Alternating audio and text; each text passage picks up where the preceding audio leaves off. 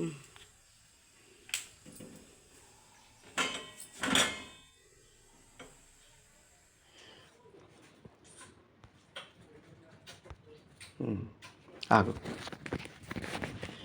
Good morning sir.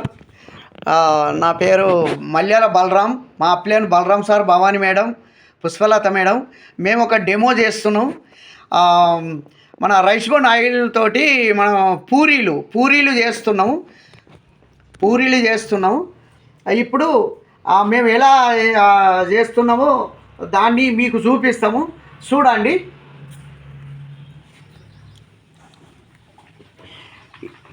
ఇది rice Born oil, దీంట్లో పోసినాము, పూరీలు చేస్తున్నాము, చూడండి సార్. ఇవన్నీ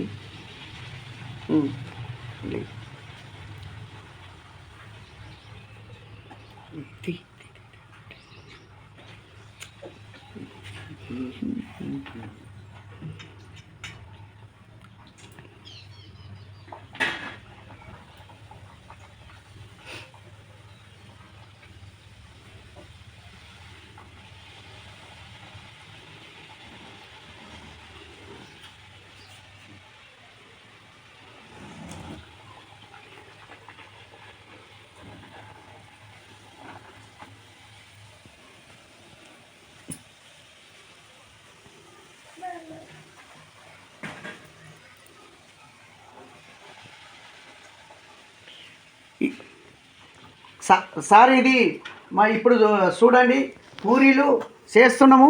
దీనికి మన వేరే నూనె తిరిగా ఆయిల్ పట్టుకోదు. ఇది మంచిగా ఉంటుంది.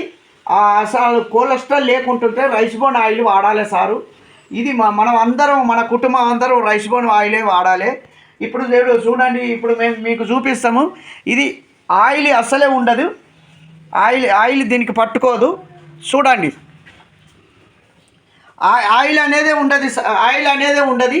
చూడండి, ఆయిల్ దీనికి అసలే ఉండదు, ఆయిల్ పట్టుకోదు. ఇది ఎన్ని తిన్నా కానీ మనకు గ్యాస్ ట్రబుల్, డైజెషన్ మంచిగా అవుతుంది. గ్యాస్ ట్రబుల్ అనేది ఉండదు మనకు. ఎన్ని తిన్నా పర్వాలేదు. ఈ ఆయిల్ తోటి మనం ఏమన్నా చేసుకొని మిరపకాయ బజ్జీలు చేసుకో,